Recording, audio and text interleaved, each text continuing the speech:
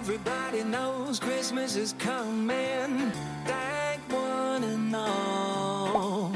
Time to hang your stockings, baby, and have yourself. Hello, happy holidays. Welcome back. It's snowing outside, so it's the perfect holiday cozy weather right now. There's less than a week left in 2024, and I have yet to meet my reading goal of 150 books. So this video is my last minute attempt to try and do that. I've met my reading goal every year for 3 years now since 2021, so I'm refusing to break this streak. I think last I checked I'm at 142 books, so I have 8 books left, and that's a little bit ambitious considering the amount of time left I have in the year. But the only solution I have in mind to read 8 books in less than a week is to binge some holiday reads. This morning I was listening to Not Another Christmas Rom-Com by AJ Pine, and specifically also because it was narrated by Teddy Hamilton, and that man does amazing narrations. Absolutely love his voice. It's also free on Audible if you have a membership under the Plus catalog. I listened to How to Lose a Guy Before Christmas by AJ Pine last year. I gave it 2 stars. I didn't really love it. It wasn't anything super memorable or special. This one was 6 hours, so I thought I would give it a try anyways, but so far it's not bad. I'm loving the setup of the story. It starts out with a girl going home to visit her family and meet the in-laws because her sister is gonna get married. And on the plane, she gets upgraded to first class, and there she meets our male main character. In a turn of events, he is her sister's fiance's brother. Unfortunately, or fortunately, they've hit it off on the plane, so now things are very awkward. It's giving a little bit of the Unhoneymooners where their siblings are getting married, but they're kind of hitting it off. That's what I'm getting so far. I've already listened to a good chunk of it, and at certain points there's this weird breaking of the fourth wall. I don't know what it is, if this is like an Audible feature now, assisted listening, I don't know, but there's like a weird narrator that comes in and goes, hey listeners, so, and like gives this little summary synopsis and sets up the story or more intrigue. Yeah, I'm not a fan.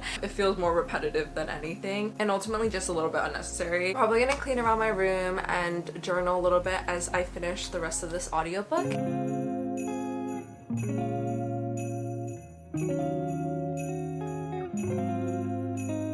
I just finished Not Another Christmas Rom-Com, and by the end of the book, the title was exactly how I felt about the book. Like, I feel like not another one. I'm gonna give it 2 stars. I really liked it in the beginning, and then at the end it just started dragging. The banter between the main characters was not even bad at all. Like, they actually had chemistry. There were a lot of genuine bonding moments. Ultimately, there's just way too much miscommunication between the family members. Apparently everyone is harboring their own secrets, but those secrets were so predictable. Like, I knew from the get-go why so-and-so was acting that way. But if you're looking for a short, small-town, Christmas, winter-themed book, this is at least that. You're getting what you're signing up for at least. It's a quick time, but it's not really a memorable one. The next thing I'm gonna pick up is the Under the Mistletoe collection. Literally bless the release of this collection because it's gonna single-handedly save my reading goal. It's 5 novellas that are around 50 pages each by 5 different authors. I read the Valentine's Day collection, The Improbable Meet Cute. It was definitely a hit or miss, and I'm expecting the same energy for this one. I will, however, be a little bit cruel and save Ali Hazelwood for last because I want to save the best for last. Not that I'm setting very low expectations, but just in case they're all not great, I have something at the end that kind of makes me want to continue reading after.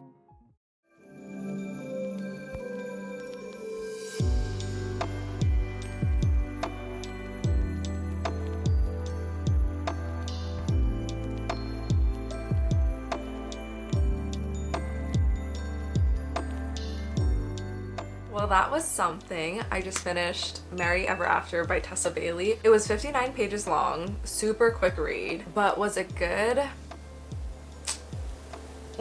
Nope. I've met Tessa Bailey, amazing person. Love her, like her personality is so vibrant. How do you manage to fit 3 multi-page smut scenes in 59 pages? I think only Tessa Bailey could do that. The book was entirely smut. No plot whatsoever. There was nothing more to the characters than for Evie, the fact that she was a single mom that owned a shop and she could sew. And for Luke, it was the fact that he was a gentle giant. Heavy emphasis on the fact that he was a giant because 10% of the book was dedicated to their size difference. I personally just had a lot of icks when it came to this book. It was really cringy and personally not my favorite and not a great start to this collection so far. far. It probably would have been a great start if I started with the first book, but I didn't, and apparently for good reason. I'm hoping book number 3, All by My Elf by Olivia Dade, is a lot better. I've never read anything by Olivia Dade, so she is a new author to me. I'm not really sure if a 55-page novella is going to be the best gauge if I like an author or not, but I think it'll be fun just to finally read some of her writing.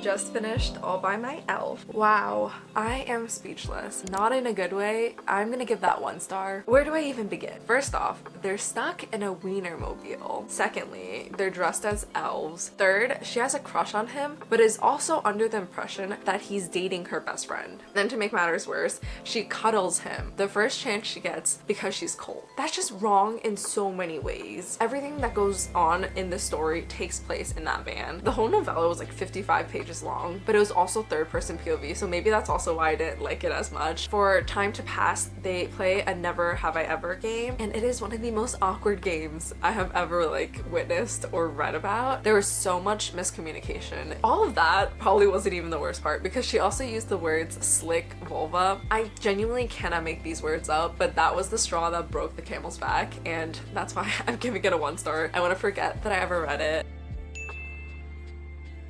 We're at -2 with this collection so far, so I'm starting to question whether or not I should continue, but they're all so short. There's really only 2 left before the one I'm looking forward to, so I'm just gonna persevere. The next book in the lineup is Merriment and Mayhem by Alexandria Bellefeur. I also haven't read anything by Alexandria Bellefeur, another new author. Hopefully this one goes a lot better, but the premise of the story is like a fighter and this girl who just happens to have a lot of trouble on Christmas, and it reminds me a lot of the Improbable Meet Cute Valentine's Day novella, Rosie and the Dreamboat. That one, she gets stuck inside a tanning bed and a fighter comes and like helps her. I'm putting a lot of hope in this book, but the premise sounds promising so far.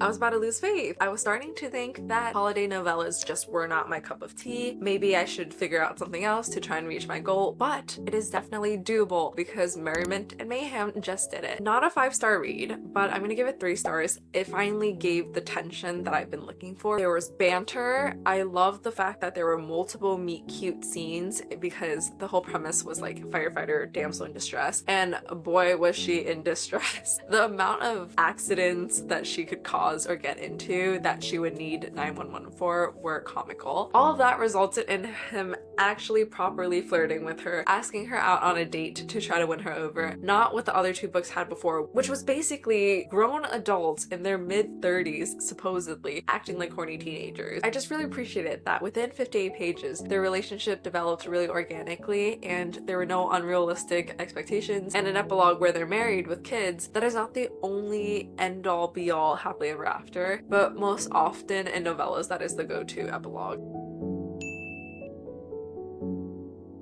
For our last and final book before I can get to Ali Hazelwood, we have Only Santas in the Building by Alexis Daria. This one's a little bit longer. It is at 68 pages long. Why is her name Evie again? In Merry Ever After, it was also Evie. I get that like Evie and variations of Eve. In our last book, it was Everlay, but like I get that the EVE thing is very Christmas holiday-esque, but can we just be a little bit more creative? Noelle is a perfectly great, maybe a little bit overused holiday name, but at least not used in the same collection. I'm just gonna get into the book and I'll let you know my thoughts.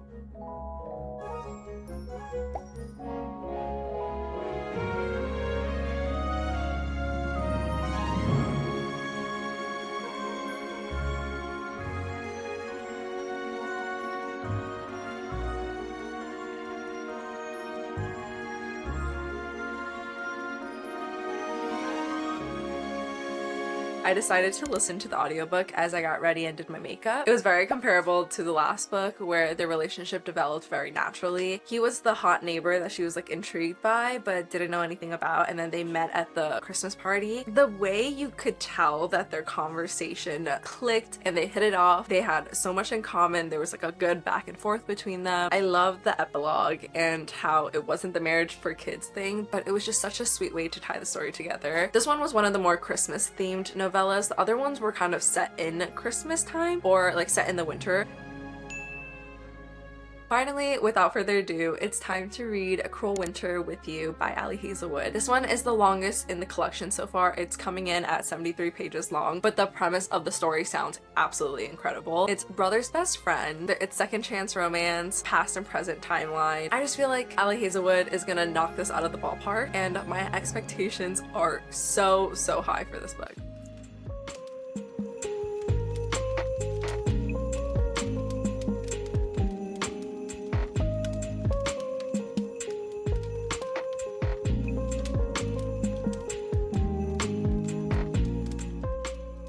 I'm a little bit over 10% in, and Ali Hazelwood has set this novella up to be really good so far. Mark, our male main character, is a billionaire, of course. He was a tech mogul success, and they were childhood best friends. They grew up together and literally knew each other since babies. She's older than him, and something went wrong between them, so they have some sort of tension, but we know from the start that he does not hold any sort of animosity towards her. Like, there is no ill will in how he speaks or how he looks at her, but she just feels like, oh, it's so awkward because I did something that I shouldn't have done. And we don't know what that is yet, but the storm is getting real bad, and she has to stay inside with him because he's refusing to let her leave. So I'm sure some of the miscommunication is gonna get cleared up. I'm excited for the past and present timelines just because I want to see what their dynamic was like when they were younger and when they were kids versus what could have possibly gone wrong. And of course, in Ali Hazelwood style, the writing is amazing.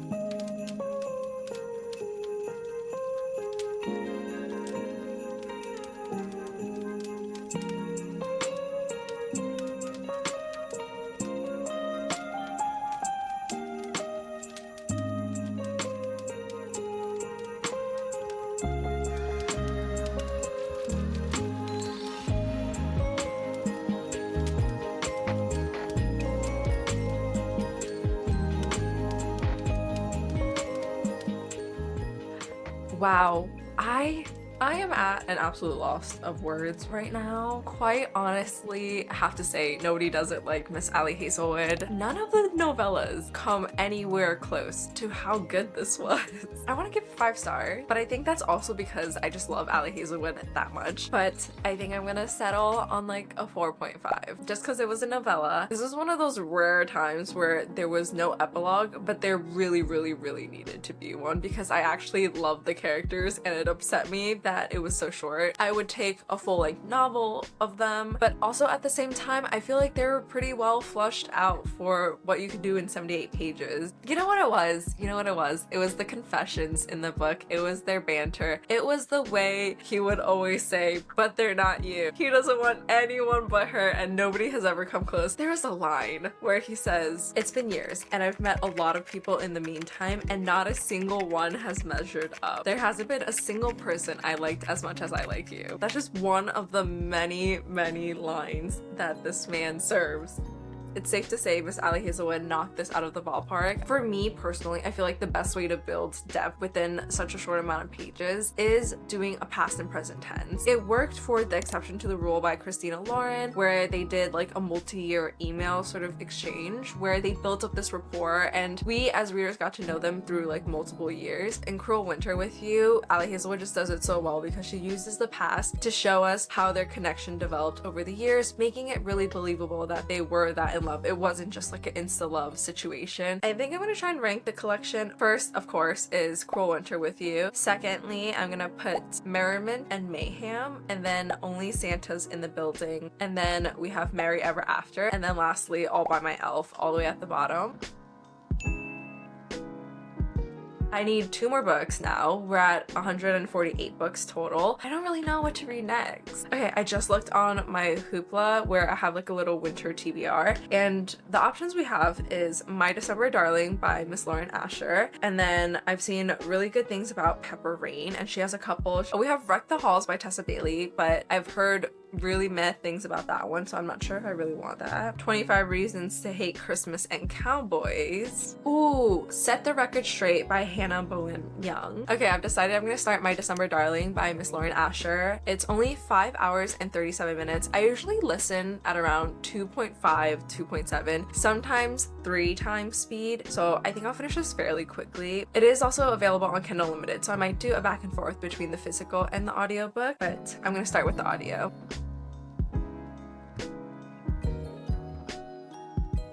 I'm around 50% into My December Darling, and this book is not a novella by any means. I think the ebook is around 232 pages. That is like a full-length novel, but it's advertised as a small town novella. A novella itself is around 100 pages or less. That is literally what a novella means. The story itself isn't bad at all. It's just a little bit weird in terms of the dynamics that's happening right now. The whole story takes place in Lake Wisteria, which I believe is the background of her Lakefront Billionaires series, which I have not started yet, but the vibes of the town kind of make me want to. We're following our main girl, Catalina, who is a travel nurse and does not like to stay in Lake Wisteria. She's actually run very far away from it because her ex and her sister got together, and this is one of those like very amicable, I don't even know how it can be amicable, but it's very like good terms between everybody. They were definitely better together and she's okay with that. It's just a little bit awkward for her. And our male main character is her ex's best friend, who also happens to be a doctor. Unfortunately for her, Luke is this extremely charming, sweet, handsome man. So far it's like reverse Grumpy Sunshine. The banter is there. I'm really liking their chemistry and his, you know, subtle flirting.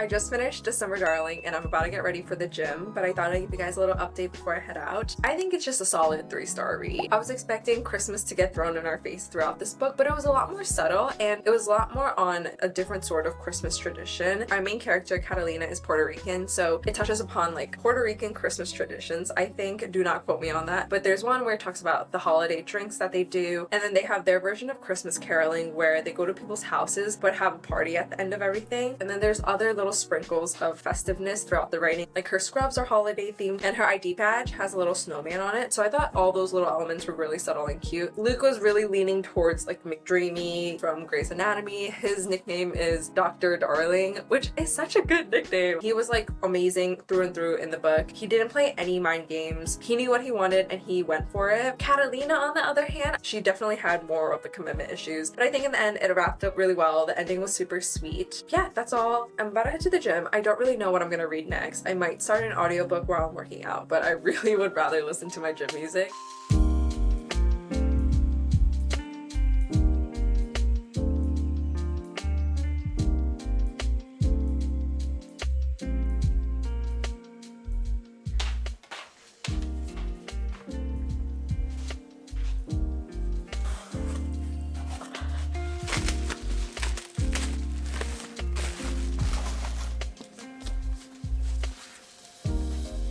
Wait, I don't know if I like it, but it's so like celestial.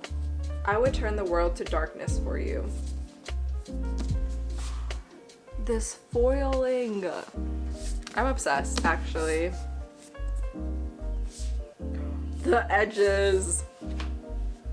Like this is dark on top and then it's light over here and then this is light on bottom and then it's dark over here. That's kind of cool.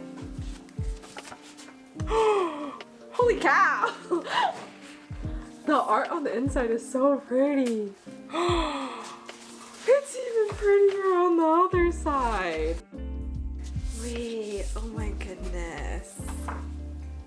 There's a map. Is it signed? It's signed.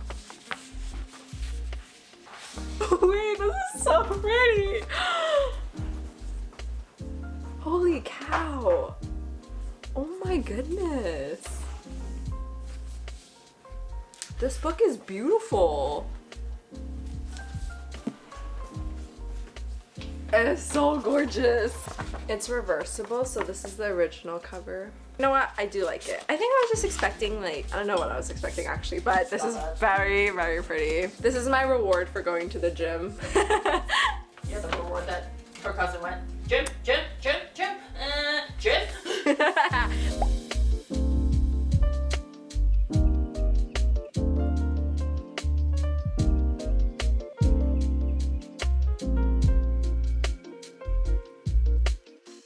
I'm on Goodreads right now on the hunt for what I'm gonna read next. I'm a little bit over the holiday novellas at this point, but I really just want something short and quick to read before bed. The books I've been eyeing so far have been by Piper Rayne, and apparently they're an author duo, which I didn't know, but that's pretty cool. I think I'm gonna go with the book Merry Kissmas by them. They have a couple of other holiday novellas. They have Single and Ready to Jingle, Clause and Effect, and then Merry Kissmas. They're all standalone romances, but I'm going with Merry Kissmas solely because they're skiing and snowboarding on the cover, and I miss that so much. So I've just read the synopsis for Merry Kissmas, and 6 years ago they had a one-night stand, went their separate ways, but now they're kind of workplace rivals because they're competing for the same job. But to make things better, the 6 degrees of separation thing somehow works in their favor, and they're fated to share a villa together on this ski trip. I'm betting there's a one-bed trope in this book because shared villa, like, I'm gonna go with this one, and I'm gonna do a little bit of reading before bed.